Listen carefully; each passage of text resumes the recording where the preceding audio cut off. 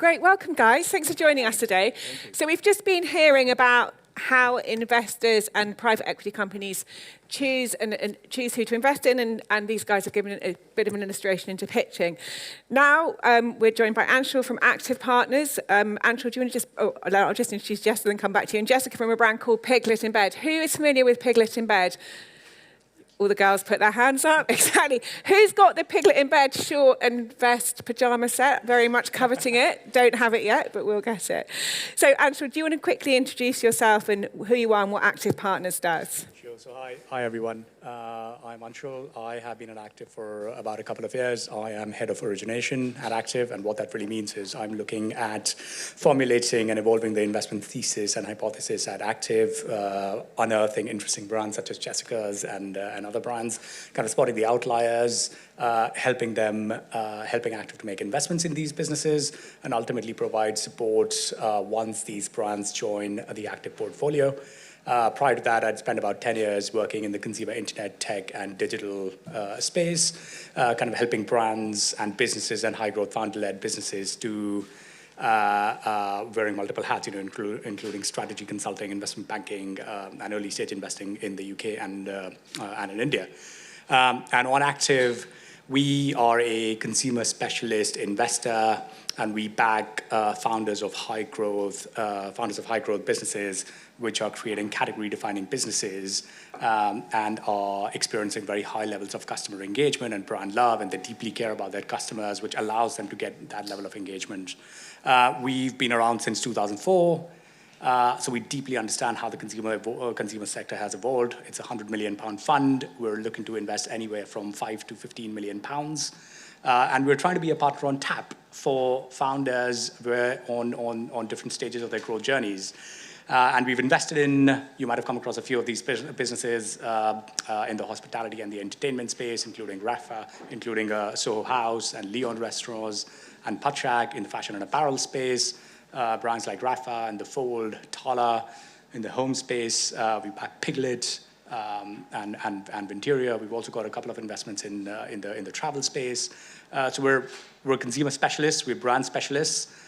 We understand how do you build communities, scale communities internationally across different channels. That's us. So Jess, you must have a fast growth, category defining, high engagement business then. Tell us about Piglet in Bed. When did you start and where did the brand get to before you guys met and started working together? Yeah, absolutely. So I founded Piglet in 2017. I moved home with my mum in West Sussex and started from her garden shed, so similar sort of story to yours. We started the business with just the absolute smallest range of product that we could to kind of really test, what I saw was a real shift towards more sustainably sourced materials and a kind of change in consumer behavior and the types of brands that consumers wanted to engage with. So started with just duvet covers, pillowcases, and 3 colors and 2 sizes, and really grew it steadily from there. Raising from Active was our first round. So we had grown mostly using debt up until that point, grew the range gradually, added sleepwear like you mentioned, a whole lot more bedding and other homewares, and are kind of really looking to really sort of establish ourselves in this space of natural homewares, sustainably sourced materials, and a very kind of laid-back, comfortable aesthetic for people at home. And why did you decide to raise, and what were you looking for from an investment partner? So we had been on a bit of an interesting journey where everything was going quite nicely. We were profitable from very early on, and had been growing gradually. And then 2020 hit. We found ourselves selling homewares online, very kind of comfy things that everybody wanted at that time. So we tripled our business in 2020, which had a whole load of challenges operationally, but was obviously fantastic from a growth perspective. We came out of 2020 realizing that we were in a really different spot than we had been. There was suddenly opportunity, people were starting to take interest, and that actually if we wanted to grasp this opportunity that was ahead of us, there were a number of things that we really needed to level up. And so whereas we had been quite comfortable growing off debt up until that point, and I'm quite a big advocate of early stage debt, we realized that actually the types of changes that we wanted to make to the business were going to require significant capital, and that we wanted to find the right kind of partner at a time when people were pretty interested in the sector as well. So it was a good time to raise. And then, we were really lucky to get a couple of really compelling offers. And, Anshul and I had been talking for a long time. So that's one thing that I would sort of suggest generally is if you're looking to raise, you don't necessarily want to raise at the point where you really need the money. You kind of want to raise when you're in a very strong position and when there's really strategic things that you want to do with that capital. And so building those relationships very early on, even when you're not looking to close a round at that particular time, I think can be very good. So Anshul and I had been chatting for a long time before we were even ready to take that step. So Anshul, I guess in your day-to-day job, there's lots of brands approaching you all the time. How do you what do you look for in the brands that you invest into, and what did you see in Piglet? Sure. So, as consumer investors, we're very thematic and very thesis-driven. I think it kind of has 3 or 4 things that we're always looking for in any kind of business, and everything just starts from the founder, and a very visionary founder who's got a unique perspective on their category and a unique insight, which allows them to have kind of that superpower, and that follows everything. They're very ambitious, they're very commercial, they're very strategic, they're open to advice, but they've got this big, hairy vision and mission that they want to solve for. And it's all about listening to consumers, as kind of Jess pointed out. So we always look at visionary founders. We look for exceptional levels of customer engagement, and that's something we are obsessive about. That kind of means high NPS scores, high organic traffic, high repeats, decent cohort behavior.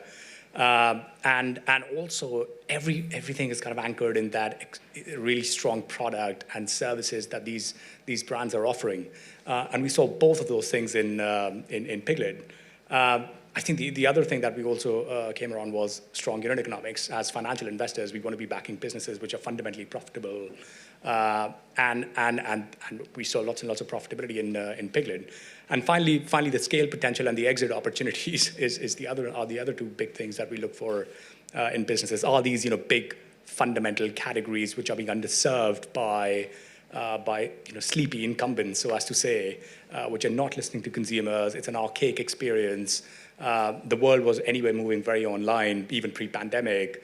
And Piglet's unique position and the authentic storytelling and the brand narrative was very compelling for us to take the conversation forward, and ultimately, Jess selected us to take our money, which was very kind of her. So those are the 3 or 4 things that we always look for in businesses, and we saw lots and lots of that in Piglet before we ended up investing. Great. And what happens after investment then? So you guys, Active Partners invested in Piglet in bed, then what happens to you as a founder of the business? What happens next? Yeah, I would say it probably starts a little before that. The due diligence process is lengthy, and it really forces you to get to know your business really well. You think you know it well before you start that process, but you're really being quizzed on every single detail, which at the time feels quite stressful, but in retrospect, I know is incredibly helpful and helped for us really together to come up with the strategy of what growth was going to look like for Piglet. Once you get through that whole phase, and a lot of that strategy is agreed on before the deal is done, then it's time to get to work. And for us, there have been a number of big initiatives. So we closed this round almost a year ago. A lot has happened in that year. I would say probably the most significant ones were a big rebrand, which involved new logos and new colors, but really involved a kind of really in-depth look at what is it that we stand for and what are we trying to do and what are we all about. That was probably the first. We relaunched the website, which was something we wouldn't have been able to afford to do beforehand. So having that capital was really, really valuable from that perspective. We were kind of made to understand what growth was going to look like in our business and what challenges we were going to face operationally. And as part of that, we had been managing all of our fulfillment in-house in Sussex and outsourced to a 3PL up in Yorkshire, which now I understand, we wouldn't have been able to get through Black Friday and Christmas in our current setup. But that, I would say, is probably one of the most valuable things of having the investors on board, is they've been able to help us kind of see around the corners and see what growth is going to look like and what challenges we're going to face before we have to deal with them ourselves, so that we can prepare accordingly. And what are some of the challenges that you've seen Jessica facing since then? I think the challenges are, we've talked about this, I think the challenges are pretty standard right now over the past 12, 15 months.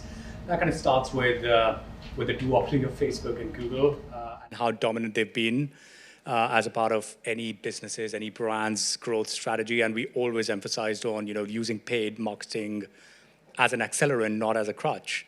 And you've got to be really focused on building a brand, using content to tell stories, using collaborations, to drive the authentic storytelling around a brand, and kind of building a community at the heart of that. I think the challenges have been around rising CACs.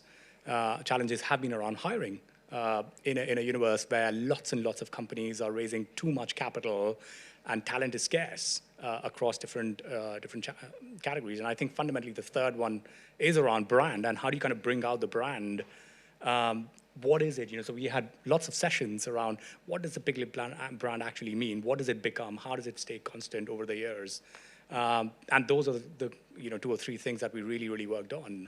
And we also brought in a chair at the right time who has been really helpful, is what I'm sensing.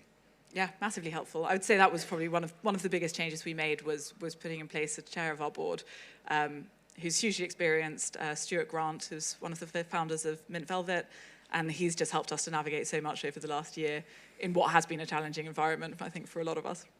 So one final piece of advice for other brands considering investment from you, Jess? Yeah, I would say get to know your investors. It really is it's a marriage, and so you want to make sure you're making the right decision. We couldn't be happier with how this has all worked out for us, but there's horror stories out there, and you want to make sure that if you're going to be on this journey together, that you're finding the people who have the same vision as you and the same goals in the long run.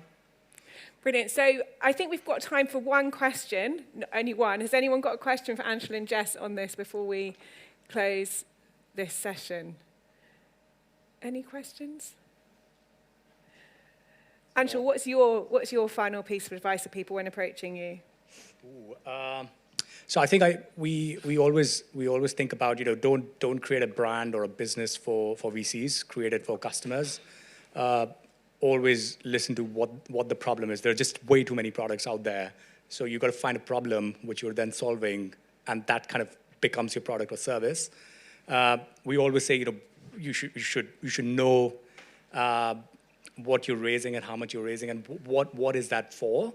And I think Jessica had a very strong idea of what exactly does that money look like, and have a realistic plan. Right? We're not a VC. And we're not a private equity. We're somewhere in the middle. We encourage founders to come up with a realistic plan, which is aligned with our objectives, with their objectives. We don't want to put undue pressure. So come up with a realistic plan, and yeah, come and have a chat.